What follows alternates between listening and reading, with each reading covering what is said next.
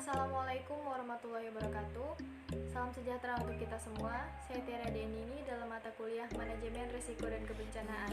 Kali ini saya akan menjelaskan terkait dengan 3 materi, yaitu yang pertama, kapasitas dinamis organisasi, yang kedua, institutional theory, dan yang ketiga yaitu networking theory dalam konteks manajemen kebencanaan.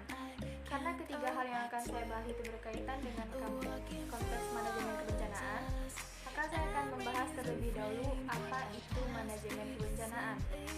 Bencana sendiri adalah suatu hasil dari munculnya kejadian luar biasa atau hazard pada komunitas rentan, sehingga masyarakat tidak dapat mengatasi masalah berbagai implikasi yang disebabkan oleh kejadian tersebut. Nah, manajemen kebencanaan di sini pada dasarnya berupaya menghindarkan masyarakat dari bencana tersebut, baik itu berupa mengurangi kemungkinan terjadinya hazard dan mengatasi masalah kerentanan. Nah, kita langsung saja pada materi yang pertama. Kapasitas dinamis organisasi dalam manajemen kebencanaan. Kapasitas dinamis organisasi dalam konteks manajemen bencana adalah perkembangan kemampuan organisasi-organisasi penanganan bencana seperti Badan Nasional Penanggulangan Bencana atau disingkat dengan BNPB, serta organisasi-organisasi unik lainnya yang berkembang secara terus-menerus mengikuti perkembangan zaman. Karena seperti yang kita tahu, bencana yang ada di Indonesia itu bukan hanya satu, itu ada banyak jenis bencana seperti banjir, longsor, tsunami, dan lain-lainnya.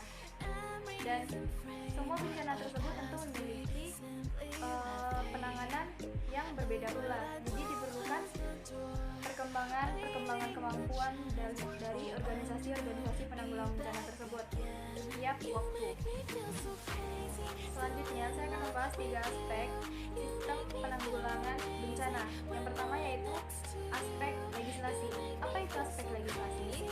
Aspek legislasi adalah produk-produk hukum yang dibuat pemerintah terkait masalah penanggulangan bencana, yaitu seperti Undang-Undang Penanggulangan Bencana tahun 2007, Peraturan Presiden, Ketentuan Presiden, dan Peraturan Pemerintah terkait dengan penanggulangan bencana.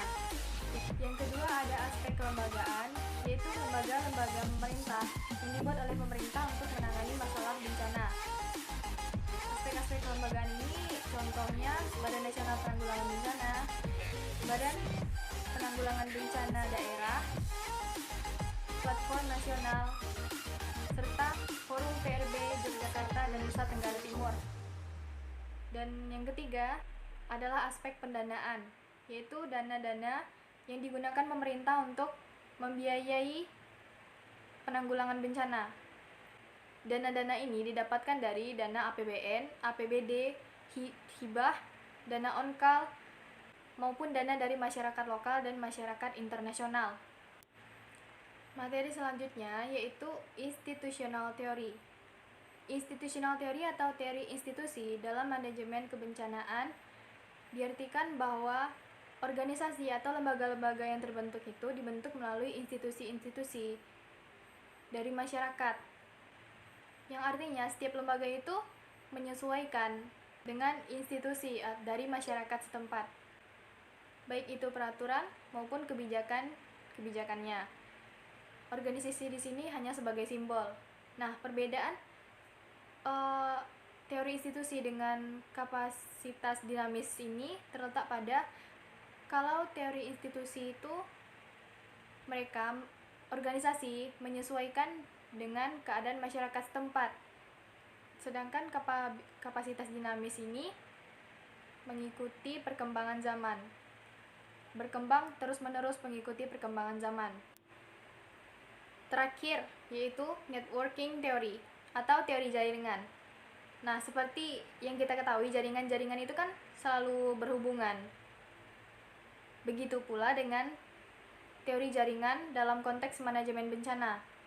Maksudnya bahwa setiap organisasi-organisasi yang berkaitan dengan manajemen bencana itu saling berkaitan. Mereka saling membentuk jaringan untuk mencapai tujuan bersama, yaitu penanggulangan bencana. Jaringan-jaringan ini saling menyokong satu sama lain untuk melengkapi tugas-tugas mereka. Seperti kita dalam kelas, ada ketua kelas, sekretaris, bendahara. Mereka itu merupakan jaringan-jaringan yang juga termasuk di dalamnya itu warga kelas. Nah, kalau dalam manajemen kebencanaan ini, tujuan yang mereka ingin capai itu adalah seperti yang awalnya saya bilang, menghindarkan masyarakat dari bencana, baik itu berupa mengurangi dampak yang ditimbulkan oleh bencana serta mengatasi masalah kerentanan. Saya rasa materi yang saya sampaikan sudah cukup, dan pesan yang dapat saya sampaikan kepada seluruh manusia terkait dengan materi kali ini yaitu, mari kita bersama-sama membentuk jaringan dan koneksi hingga pada masanya kita dapat membentuk sebuah institusi bersama untuk menjaga kelestarian alam di Indonesia dan menjalankan konsep pelestarian ini secara dinamis terus-menerus agar alam kita tetap indah.